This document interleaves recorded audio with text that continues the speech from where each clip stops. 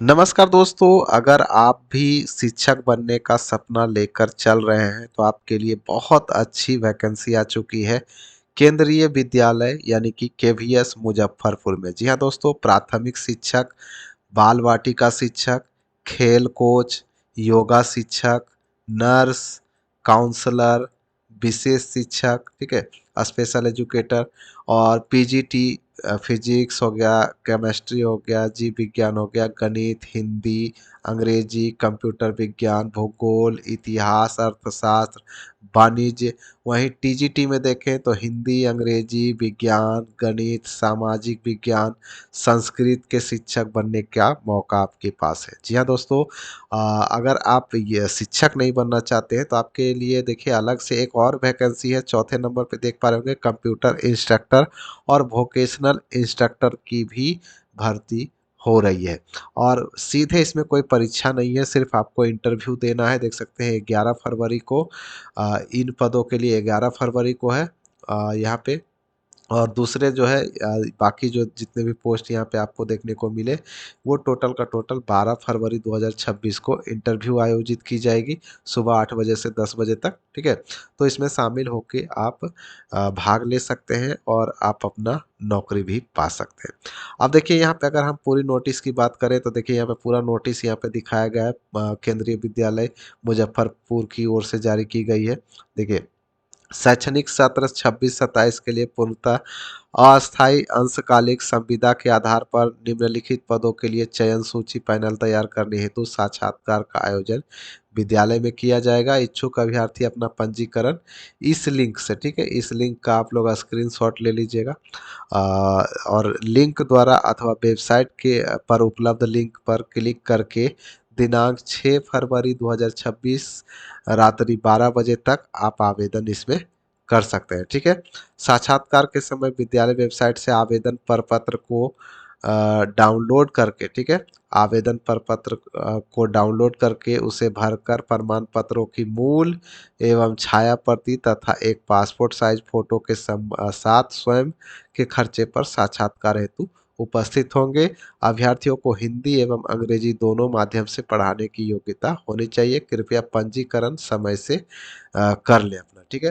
तो 6 फरवरी 2026 तक आपको जो है इस लिंक से आपको अपना रजिस्ट्रेशन कर लेना है ताकि इसमें शामिल हो सके, ठीक है। अब मैं आपको दिखा दूँ यहाँ पे क्वालिफ़िकेशन क पोस्ट वाइज़ कितना क्या-क्या रखा गया है।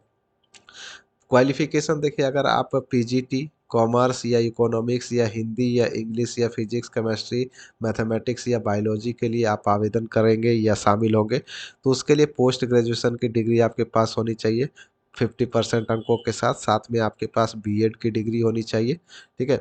और सीटेट यहाँ पे नहीं माँगा गया है, देख सकते हैं सीटेट वगैरह नहीं माँगी गई है। सिर्फ़ कंप्यूटर का ज्ञान होना चाहिए और हिंदी और अंग्रेजी में पढ़ाने का नॉलेज होना चाहिए, ठीक है। पीजीटी में अगर और देखें तो यहाँ पे पीजीटी और क्या था, कंप्यूटर साइंस, इसमें बीटेक वालों को मौका दिया गया है 50% मार्क के साथ, ठीक है। या फिर डोएक लेवल वाला अगर आपके पास सर्टिफिकेट है बी लेवल का तो आप इसमें शामिल हो सकते हैं। या फिर बीएससी कंप्यूटर साइंस वगैरह आपने कर रखा है तो भी आप इसमें जा सकते हैं, ठीक है।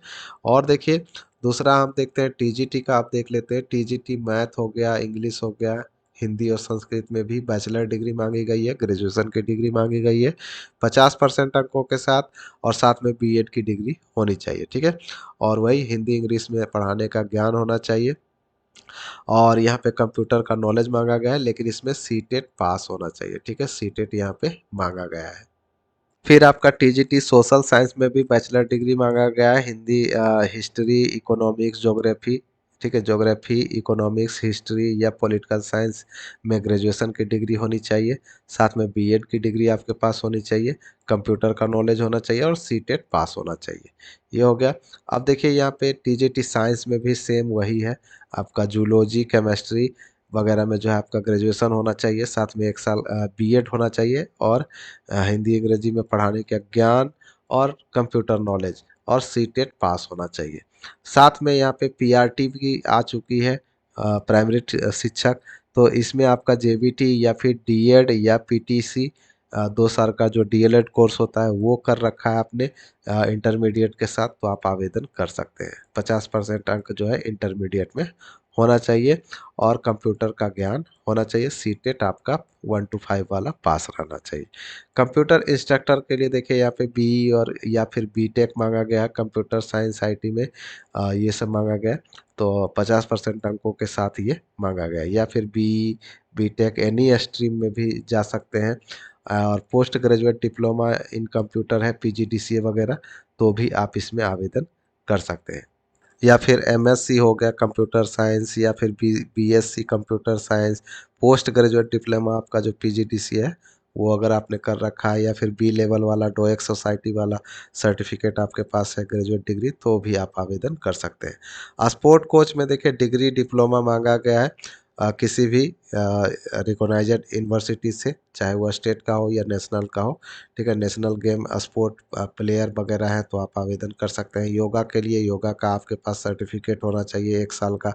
अ, डांस कोच के लिए, म्यूजिक टीचर के लिए म्यूजिक टीचर का सर्टिफिकेट होना चाहिए, या फिर ग्रेजुएशन होना चाहिए म्यूजिक से। पहले तो यहाँ पे सीनियर सेकेंडरी मांगा गया है, देख सकते हैं सीनियर सेकेंडरी 12वीं पास होना चाहिए और 50% अंकों के साथ, और जो आपका म्यूजिक का सर्टिफिकेट है वो आपके पास होना चाहिए। ठीक है, अब यहाँ पे काउंसलर का देखिए बीए बीएससी साइकोलॉजी वाले आवेदन कर सकते हैं। मिनिमम 1 साल का एक्सपीरियंस इसमें मांगा गया है। आगे देखें तो स्पेशल एजुकेटर में भी एलिमेंट्री है, एलिमेंट्री टीचर है, प्राइमरी और अपर दोनों दिया गया है।